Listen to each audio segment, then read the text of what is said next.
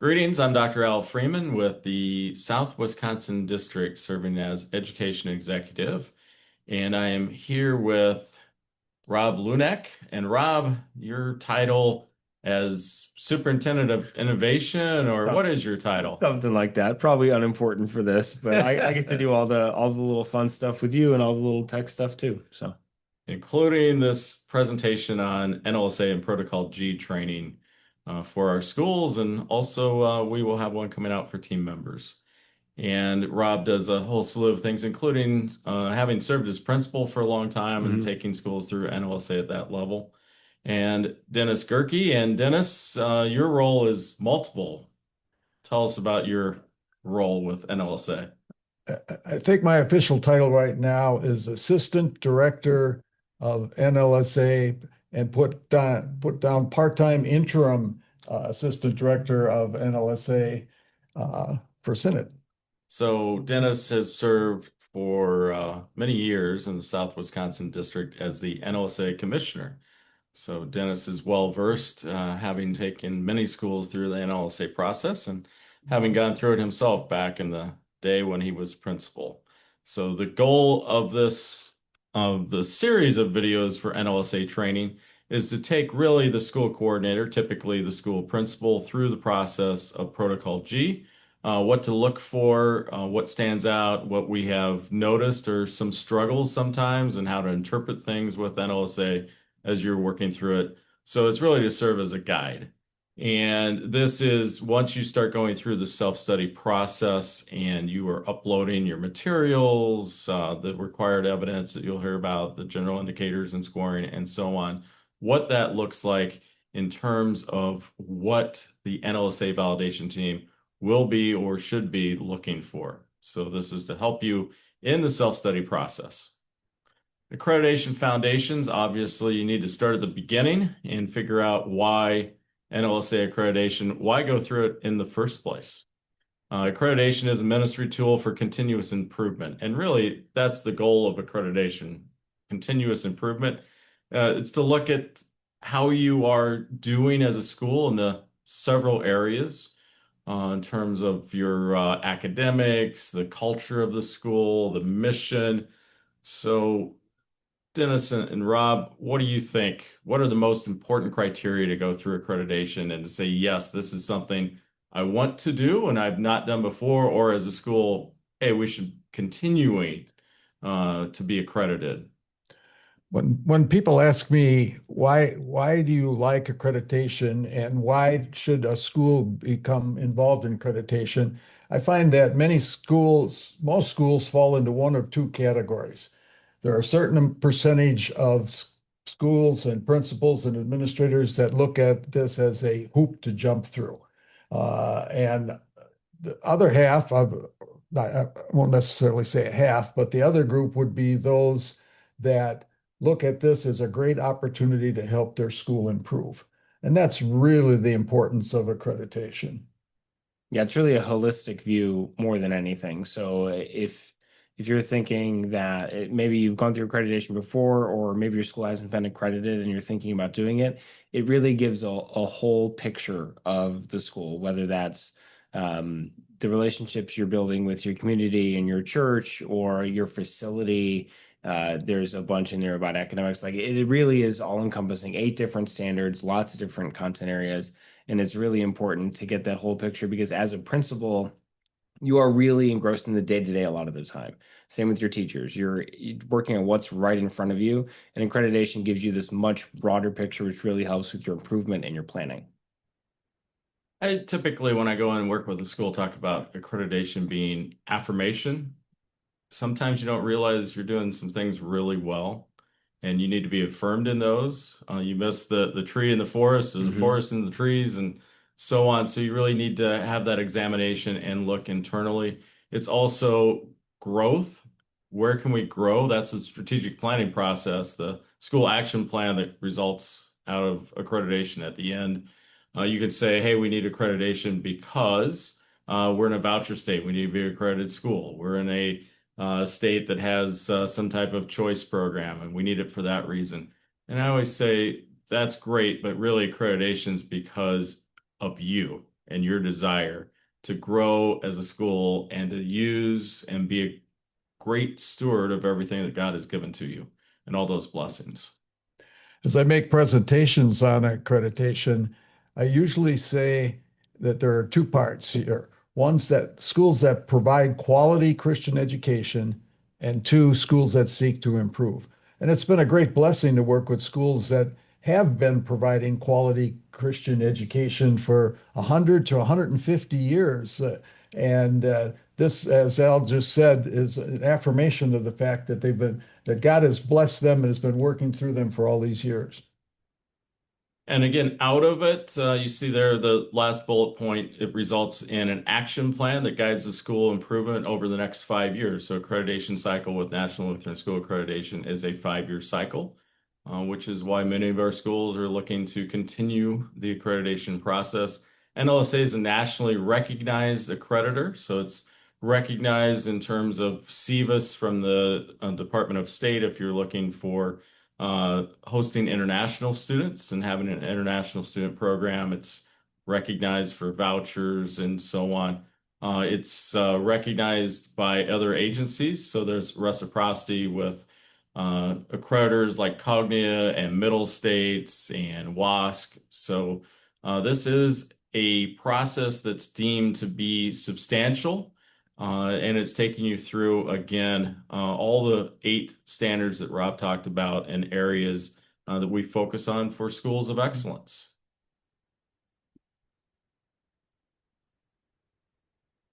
Training overview that we start with here. 1, we'll talk about the application process. 2, we'll follow that up with the routes to accreditation, which goes to number 3 too, and that's making sure that you choose the correct protocol. So we're focusing on the protocol that is typically used by, I would say, probably 90% of our schools is Protocol G, utilized by our K-8 schools.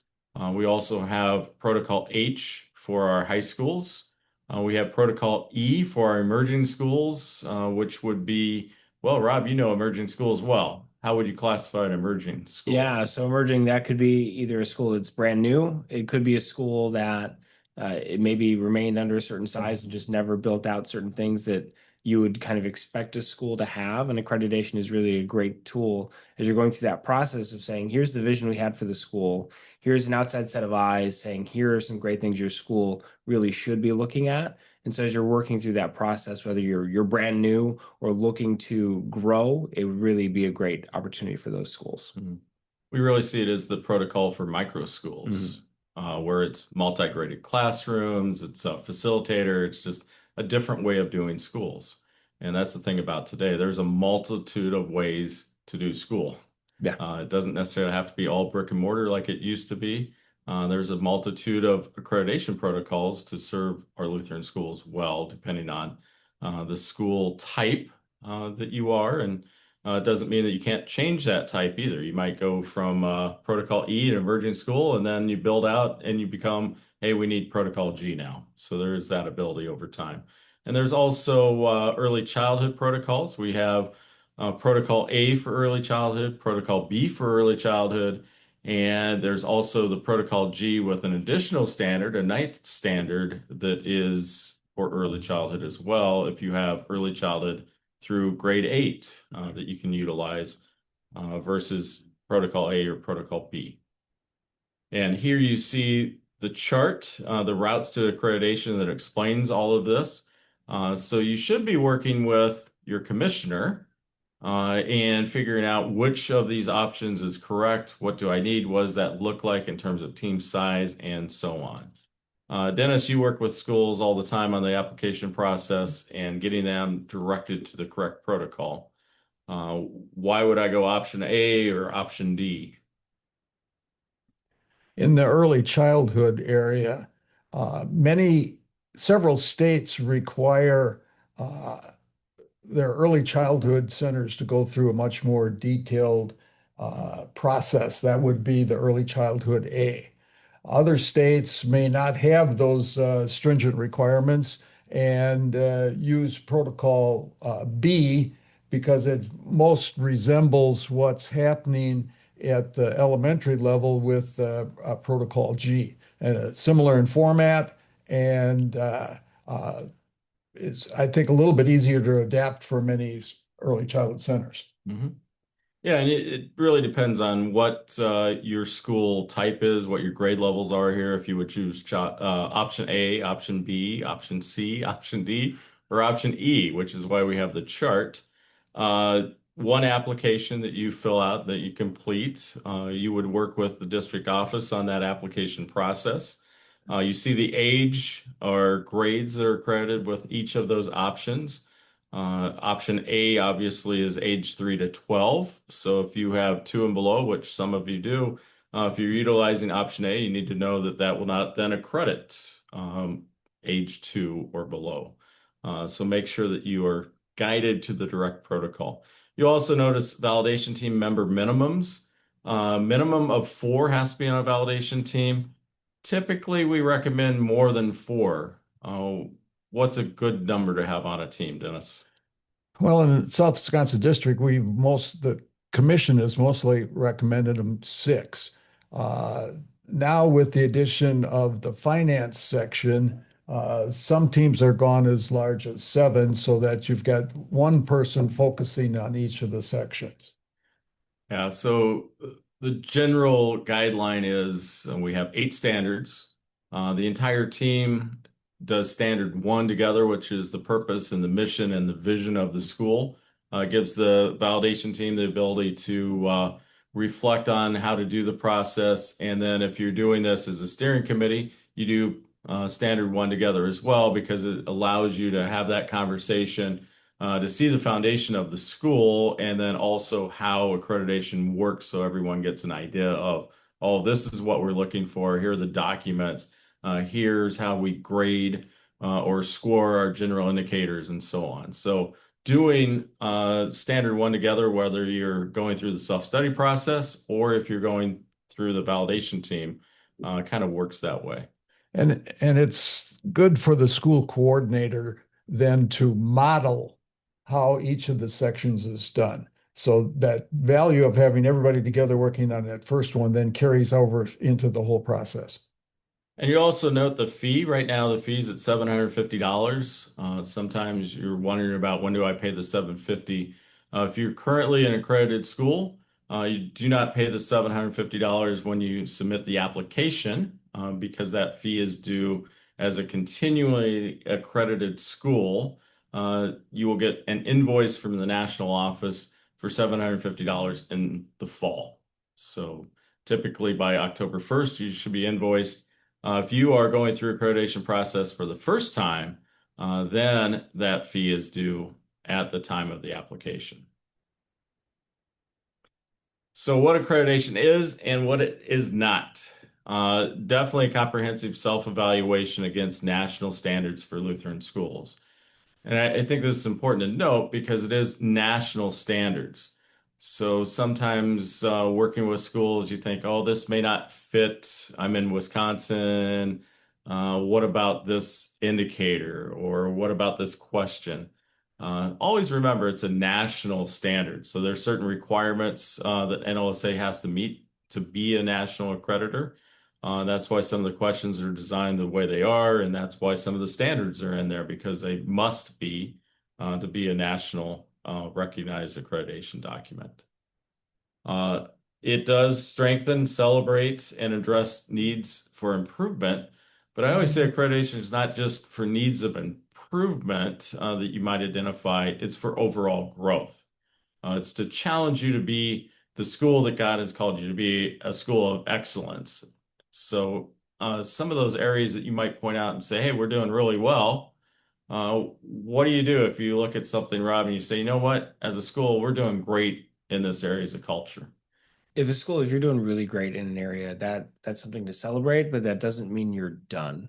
And so that continuing improvement piece is really important because we're never quite finished with our work as Lutheran schools. So we definitely want to celebrate those great things, but we never want to act like we have no more work to do.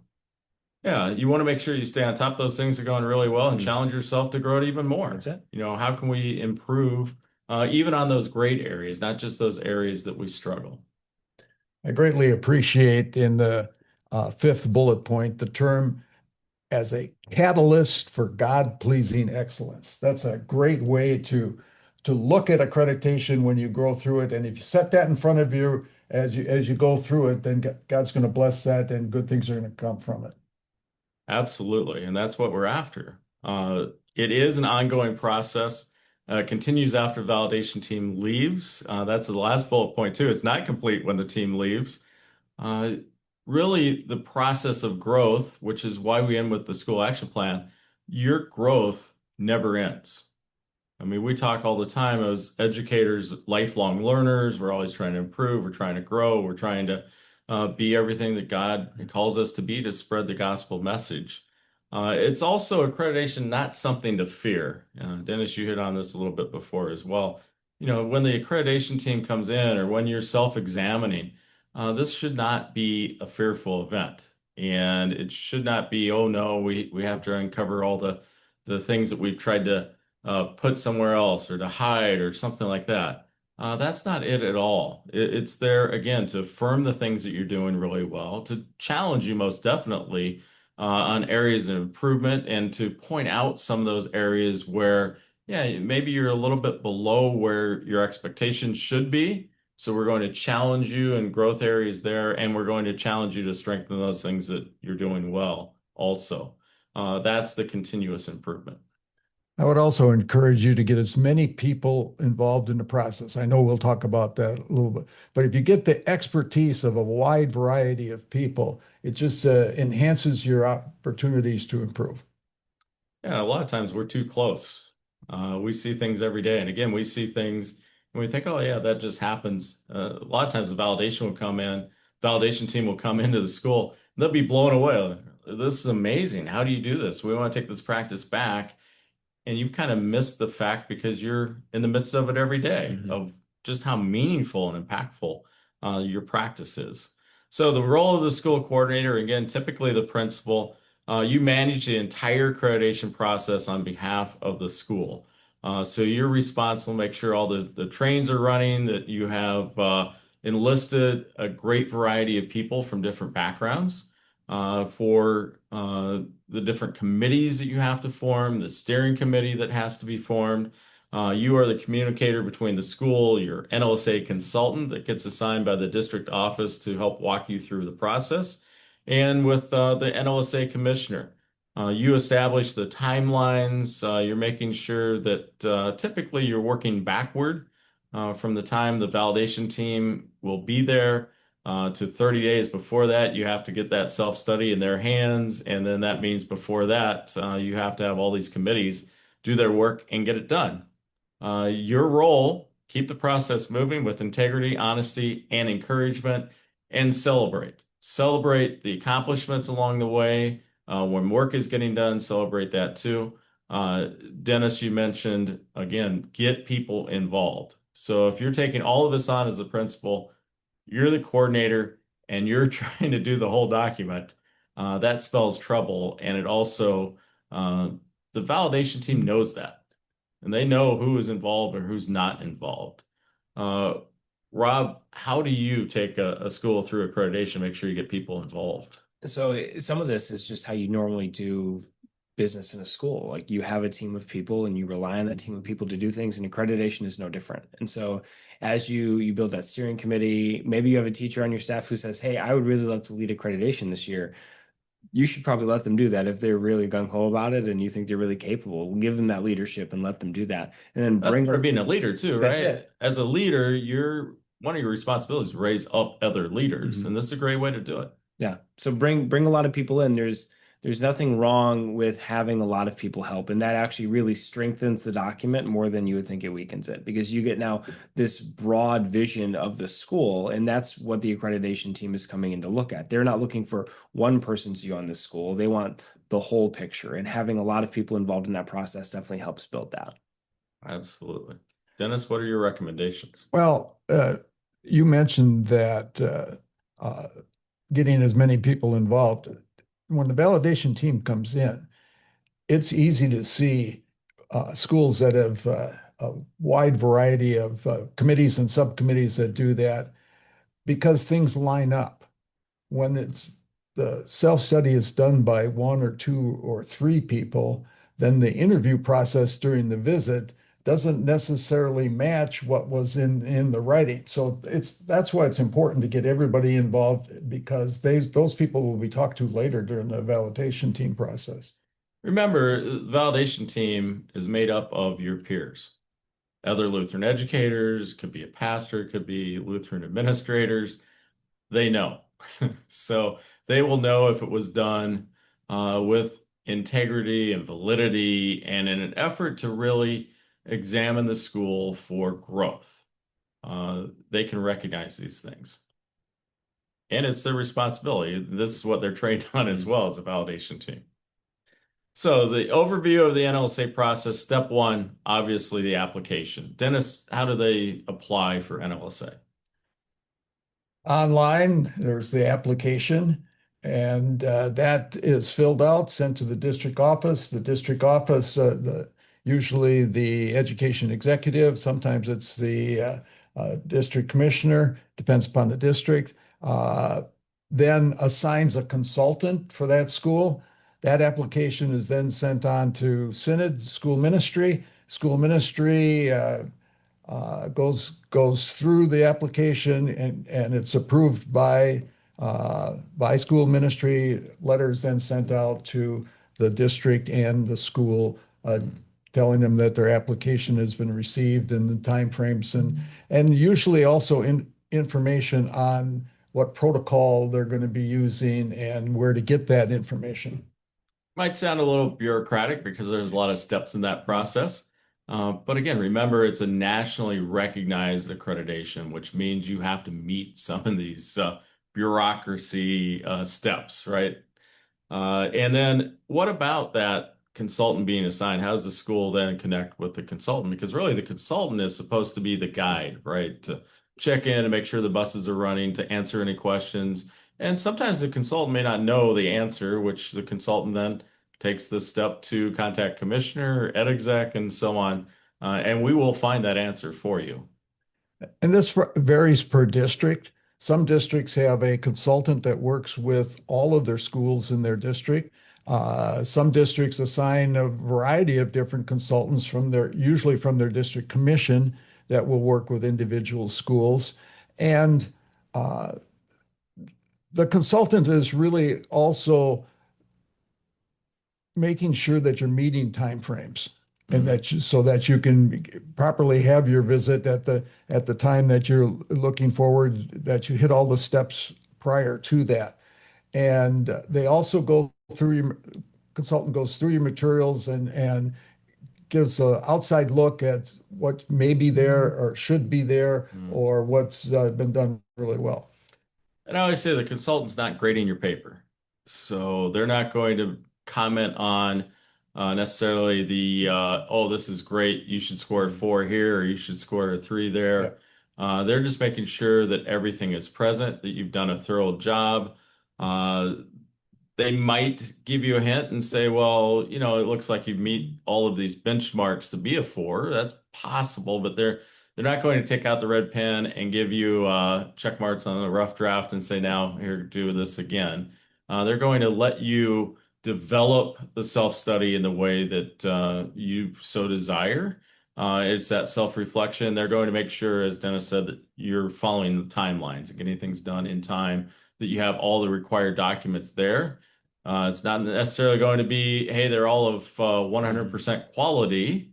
That might be the validation team making a recommendation and saying, oh, your employee handbook should be revised and that should go on your action plan because the quality is not what it should be for the expectation of Lutheran schools today. Yeah, but they're definitely not a rubber stamp either. While they're not going to break out the red pen and give you marks and everything, they are going to tell you, hey, you really need this piece and you don't have it. Yeah. And they do have the power to actually kind of cancel your visit if They you don't can, get everything absolutely. done. So if they say, hey, you really need this, you need this missing piece, take that to heart and get that fixed because they are what stands between you and having your visit.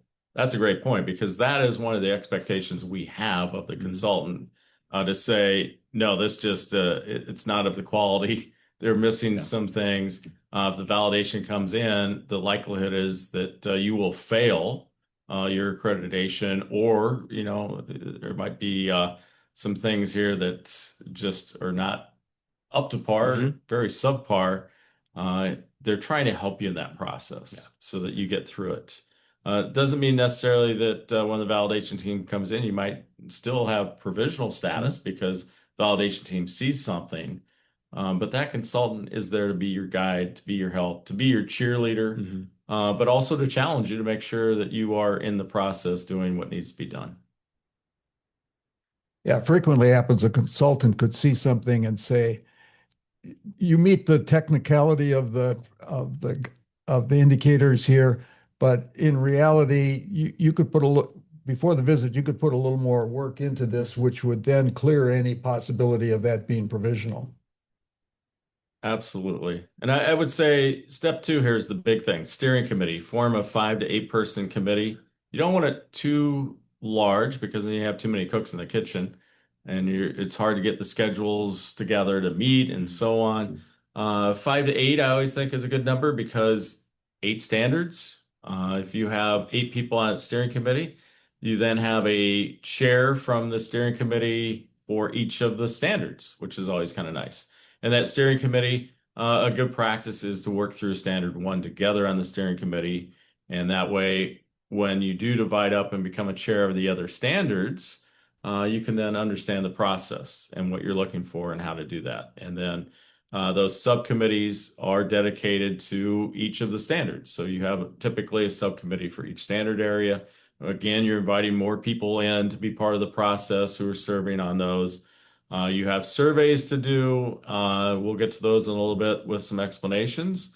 And then you have that timeline that you need to meet. Typically, your 9 to 12 month process in that self-study. A lot of our schools will have the visit in April. That seems to be, that gives you a long runway to try to get there. It's nice if you have the visit in March, so they're not all at the same time. Hmm. When you have all the visits in April, it's hard to find enough team members to be spread out. If you're having 9 or so schools have a visit, that can be difficult. And your expectation is really 2.5 days for that visit for that validation team. And then your action plan that drives your next 5 years. I want to touch back on subcommittees. I generally recommend subcommittee has the steering committee person who is chairing that subcommittee, Hmm. one or two faculty members, depending upon your size of your school. They're most often are the ones that really know what's going on, Hmm. and then one or two outside people making use of potentially congregational members, also possibly public school educators that could bring things in. Hmm. A subcommittee of five committees is a nice size. Hmm. Yeah, and again, you're looking for people that will bring new eye, new vision to it. They'll tell you what's going well and also where some of those struggles are. And I always think it's nice, if you have a middle school. I was talking to somebody the other day about this. We used to do this as a high school. We would put our president of the Student Government Association on one of those subcommittees, typically for culture or something, so that the student body had a voice and were involved. That could be a PTL president Hmm. on probably the relationship section. Absolutely. So just, consider what are those different roles that would be good to serve on these subcommittees as well. You want people with expertise, but also you want people that get things done. Yes. And you also want people that speak truth and love. These are people who are connected to your school, so they're not going to want to harm what's going on, but they will provide, improvements and recommendations, and they'll also tell you what's really working well for them as a family. I once had a principal who, in forming his steering committee, put his chief antagonist Hmm. on the committee. And that was the person that gave him the most grief. But by the time it got through to the end of the process, they become one of the strongest proponents of the school because they saw all the time and effort and thinking that goes into making decisions. Hmm. That's a good point. And it's once you're in the midst, you start to understand why some things Hmm. operate the way that they do. So self-steering or the self-study steering committee composition responsibility would just give you a guide here. Recommendations, the composition, again, some of the people that you would look at, pastors, church staff, congregation members, uh, principal at a public school or teacher at a public school. We used to do that, and that was always great advice. And also affirmation of what you're doing too, when you get a teacher from another school coming in and like, wow, this is really impressive. Also, other private schools, Hmm. administrators or teachers. Absolutely. And don't be concerned to, again, reach out and get some good eyes on what's happening. The responsibilities, and you can share this with those that are interested in being and serving on committees, plan, guide, coordinate the self-study. This is your responsibility as a school coordinator. Naming those subcommittee members, establishing self-study schedule and deadlines, ensuring the surveys are administered correctly, edit and approve final subcommittee reports, submit completed work to the consultant, direct compliance with all required indicators, develop the preliminary school action plan.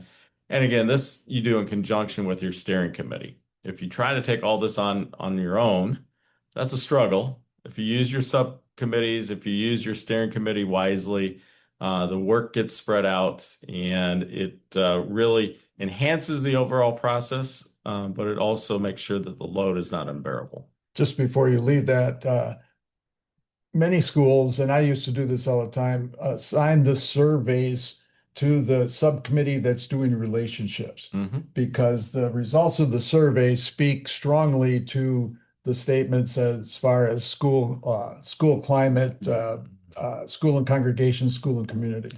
Yeah, what's nice is if you do these surveys every year, a lot of people again think, oh, it's accreditation time. We have to do accreditation this year. Once it's done, it's done.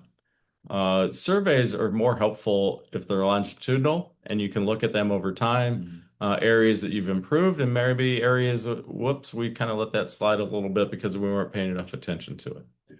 Also on surveys, some schools do, as Al just mentioned, an annual survey every spring. And other schools do a survey when they start the accreditation process in September. There's significant difference in the results that you get between a spring survey and a fall survey. Many times, in order to get the accreditation process going, you've got to do these surveys the first or second week of September.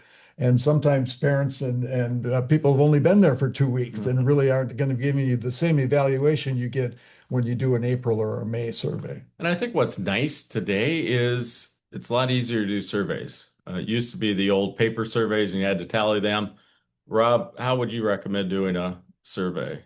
So Google and Microsoft both have tools for this, and there I think are even tools on the NLSA website that have these built out for those formats already.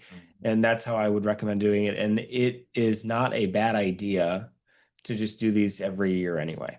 It's good information. And Yeah, and I would also say, it's now, thanks to all these tools that we have that are online, it is very easy to do one in the fall, in September, and then turn around and do it right before the validation team comes too, because it automatically tallies all of your results. So you can do a very quick comparison. There are requirements for surveys. As you see here, faculty and staff have to be surveyed, and there's an expectation that at least 80% of your faculty and staff respond to the survey. You have to survey your Board of Education. Again, at least 80% of the board has to complete the survey. Student surveys, we recommend grades 4 to 12. 40% minimum response rate for your student surveys. You can survey grades 1 to 3. It's in the document. There are surveys that are there. It's tough really to survey grades 1 to 3, so that's more of an optional item. And then parent surveys where the expectation is 20%. If they don't hit these marks, do they fail? I don't actually know the answer to that one. I'm going to guess no. But this I think goes back to your point of you can do this again later in the year. Yes. So if you do it in September and you only hit like 15% of parents, back to Dennis's point, maybe you had some new families who didn't know they were supposed to be doing the survey, didn't see the email. So doing it again later can definitely help with that number. And that gives you more time to let everybody know, hey, we're doing the survey. It's for our accreditation. If you could please fill this out. Yes, and I say you don't fail. What happens though is this should speak to the validation team. Mhm. What is your culture? What's your connection? Obviously, there might be a struggle there. There might be a struggle in communication. So if you're missing and you don't hit the 80% of faculty and staff, well, one, I'd be asking the faculty and staff if I were on the validation team. Yeah, that's a red flag as a validation team member. Absolutely. So this is for the validation team to dig into a little bit. And then if you're not hitting these percents, it should then show up in your school action plan. Mhm. How are we doing a better job connecting with our different constituent groups and our surveys? Another thing you should know is that these surveys are provided by the protocols. Hmm. You need to involve all of the questions that are on the surveys, but you can add to that. Maybe you have some other things that you're surveying in your school. Maybe you want some response to your purpose statement, or maybe uh, projects or things that you're anticipating. But you do need to include the NLSA surveys in that, but you can add to them. You can't delete questions, but you can add questions. Okay. And that, again, is the expectation of the validation team will look at that and make sure that that has been the process. Anatomy of a standard. There's 6 components to a standard. So we have the 8 standards that are there. There's required responses. There's required evidence. There's potential evidences and practices, which I always get the question, wow, that's a lot to answer with the potential evidence and potential practices. How do we answer all of these bulleted items? How do they answer all those? Actually, they don't have to. These are potential evidences and practices that give you a guide to things that could be evidences to show how you meet an indicator. Uh, I get that same question all the time. Mhm. Do we have to do all of those? And I say, no, these are suggestions, very good suggestions, but they are not required. You'll see on this list, several of the other things are required responses, required evidence, required indicators of success. This is a suggestion to help you. Anytime you see required, it has to be there. Mhm. If it's not there, again, that's the job of the consultant to say, you're not ready for a visit. We Mhm. need to put the brakes on, and you need to find these documents. Also, the potential evidences and practices are not evaluated. Mhm. The validation team doesn't give you a grade or Mhm. tell you to change something. This is a guide to help the validation to see how things are done at your school. It's like the good old days when I was teaching history and I would give the students some possible topic ideas for their Mhm. research Yep. paper. You didn't have to use those topics. You could go your own way. It's designed to spur some thought process and things that you could do. Here are some more components, general indicators of success that you will see, and that's where you do rate those as a school in a self-study, 1 to 4. Those are all based on the benchmarks that are there, each one of those bullet points that you see, and they are broken down into columns. So to meet a standard 1, uh, and to rate that, you would need all the bullet points in column 1 to get a 1, all of the bullet points in column 2 to get a 2, and so on. This is something that has changed in the last few years, Mm. and actually it makes it a lot easier as a school to know where your score is going to land in a ballpark, really, from when you do your self-study to when the team comes through. Because if you know you have all the bullet points in 1, 2, 3, and 4, and you know those are all solid and those are all there, well, then you can pretty reliably say, hey, we're going to get a 4. It used to be the team would come in and we didn't have it that way. And the team would go, well, do they meet most of these? Do they meet some of these? And there was a lot of waffling between, are they a Hmm. 2 or are they a 3 or are they a 4? It's actually a lot easier to get a 4 now than it used to be because you know exactly what you need. But the counterpoint is also true. It's a lot easier to get a 1 because if you miss one of those bullet points in 1, that's where you stop. You could have everything else. But the team's going to go, yeah, but they missed this bullet point down in 1. We can't move them on. So as you're putting together this document and looking at your self-study, pay close attention to those and make sure you have all of those bullet points for all of these standards. Yeah, it's designed for more consistency Mhm. now. so that we can actually see too where schools are in terms of their scores. And if they're perhaps, let's say that standard two, general indicator 2.4, and we're seeing low scores, it should help your district identify, hey, there should be some professional development based on that benchmark where everybody's missing, or some concern, maybe the benchmark needs to be changed. So it really helps overall schools, district, and the national office. On the evidence of collection tips, uh, there's a very important point there that as you provide evidences in whether you're doing it in Jetpack or otherwise, that you identify and label the evidence to the benchmark that is being met. So example, if you could say indicator 104C, that helps the validation team to look and see, okay, this is an evidence that meets that particular benchmark. Yeah, scan 17 doesn't really help the team at all. Yes, it's designed to have you label that and identify the benchmark in the column. So again, something that has been brought in fairly recently to the process to help the school and the validation team. Also, as a reminder, anytime there's a summary, response actions, make sure that you complete those. If there's a comment, you should say something. And there's a comment below each of the general indicators and so on. It can be brief, but make sure that you're addressing all of those items. So the rating rubrics, this is how the general indicators are rated. Four, we still see as an outstanding strength. Excuse me. We see that as an outstanding strength that you're meeting all those benchmarks. You're really highly achieving as a school and doing so many things really well in all those benchmark areas.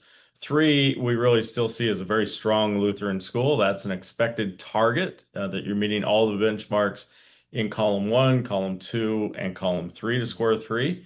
Four is, again, that exemplary practice as a Lutheran school.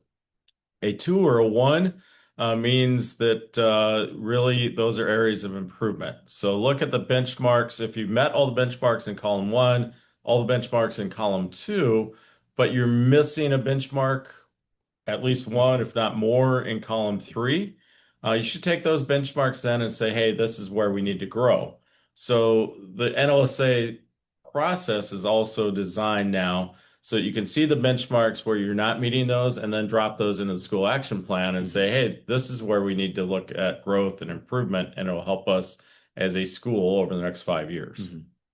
A question that occasionally comes up is, what if a school does not meet any of the benchmarks in the one column? Should they get a zero? The program is not designed to have zeros, but to realize that the lowest score is a one. If you don't have anything there, there's a pretty strong probability that you would be getting some form of provisional accreditation, but not required. Yeah. So again, that's where the validation team works with you as a school. It works with the commissioner and it works with the district accreditation commission to make that determination. Is it provisional status? Is it, conceivably you could fail too at that point. But typically, if it's a general indicator, you'd be looking at provisional status, unless you have a lot of ones throughout the whole document, and then clearly you're struggling. And to be honest, most often, if a school is to fail accreditation, it's done before the visit, where the consultant, the captain, and maybe the commissioner have already looked at it and said, you're not prepared for a visit. And that's part of the role of the consultant to help to ensure that you're there going into the visit. Yeah, so our role is not designed to get you to fail. Our role is designed to help you as a school and to, again, continue to grow and develop. So the NLSA process by the numbers, 8 standards in Protocol G, 9 to 24 months to complete, to do so thoroughly and with validity, integrity, fidelity, all the big words in the accreditation world. If you're doing it in a matter of 3 months, that quality's not there. And again, as a former teacher who assigned research papers, you could always tell the papers that were done within the last couple days or those where you had a student that actually did the work and did so diligently over time. We all know as educators the quality of work and what it looks like and the difference being done over time versus being hurriedly put together. Validation team members, 4+, our recommendation 6 or 7. And accreditation, again, is a 5-year cycle. So you're going through that process and you're also updating the district every year on your school action plan and what you've done. So common coordinator mistakes and how to avoid them. Late start. Again, allow 9 to 12 months at a minimum. Some schools do 2 years. Again, if you're doing it within 9, 12, 18 months, that's really good. Just don't rush. Weak evidence, make sure that your evidence is of quality and it's there. Don't inflate ratings. The validation team can come in, and again, it helps now having actual benchmarks so you can see if you've met that benchmark as a school or not. So don't try to hedge that a little bit and say, oh, we really want a 4, so we think we can, move this over without having the evidence there. The validation team will, and they do have the ability to lower your score or to raise your score. So work with the validation team. Incomplete required responses, again, make sure those are complete. Don't ignore your surveys. Look at the percent of each of the constituent groups. Waiting for the visit to fix problems. You don't want your validation team coming into a sloppy report where there's issues and problems. It should be complete ahead of time. There's also an opportunity here, and this is why I'm a big proponent of like a winter visit, because you have some time after the team comes through to go, oh, well, we can actually make some changes right now. And as you're going through the process, if you see something that you could fix in a day, you should fix that instead of putting it on your self-study report. Just get it out of the way, make it as clean for the team as possible, as buttoned up as you can make everything be. It's better for you as a school because you're focusing on your improvement, and it's really easier for the validation team. I've come through on validation teams sometimes, and you just don't even know where to begin. They don't have evidence together. Everything's kind of a mess, and it makes it really hard to give that school a score that's going to help them because you go, well, where are they even going to begin? So if we see that you as a school are already chipping away at a lot of this, that actually is really, really good for you. Great point. And Dennis mentioned Jetpack as well. So all this now is done online in a online protocol Jetpack that allows you to upload the evidence. It allows the validation team to see it. So the self-study, you will be working in Jetpack itself, and that will be a separate training. So the self-study training is simply to get you to have an idea of what needs to be completed and how to complete that. We do provide you with a coordinator checklist and key milestones. The coordinator has this. This is what the coordinator will be looking at and will be checking off. Yeah, application submitted. I've been assigned as a consultant. You, as a school coordinator, create a steering committee. Now let's work on the subcommittees, and they'll help you through that and answer any questions. But just work your way through. And again, it's great to have, I always say work backward. Figure out when do we want the validation team on site for 2.5 days. We have to get the self-study done 30 days before that time. And then you start your work figuring out, okay, now what leads up to it? We generally say that a site visit must occur by April 30th. And the reason for that is the validation team captain has up to 2 weeks after the visit to get the report finalized. That takes you to May 15. May 15th is generally when district commissions begin meeting so that they can get their reports done to send them to Synod by June 15th. So April 30th is a good guideline. It'd be the very latest that you could have a site visit. And remember, there's other schools going through it too. So to get team members and have all the schedules that need to happen, it's great to have it earlier if you can, and don't wait until the last minute. Yeah. That concludes our first episode here on the school coordinator and the application process. Just some general thoughts and ideas on starting the accreditation process and the why of accreditation. Rob, Dennis, any last thoughts here for school coordinators in the process? Just let you know that your district office people and the education exec and your coordinators and your commissions, they're there to help. And don't be afraid to ask or send questions to any of them because the goal is to help your school to improve. Because when your schools improve, you have more people that you can share the love of Jesus Christ with on a daily basis. Yeah, I can't think of anything to add to what Dennis said, so that's a great point, Dennis. And I say the same thing. Don't sit there and struggle and beat your head against the wall trying to figure something out. Ask the question. People are there to help. So if you're spinning your wheels, you don't understand a general indicator or required evidence, ask. Thank you, Dennis and Rob, for episode 1.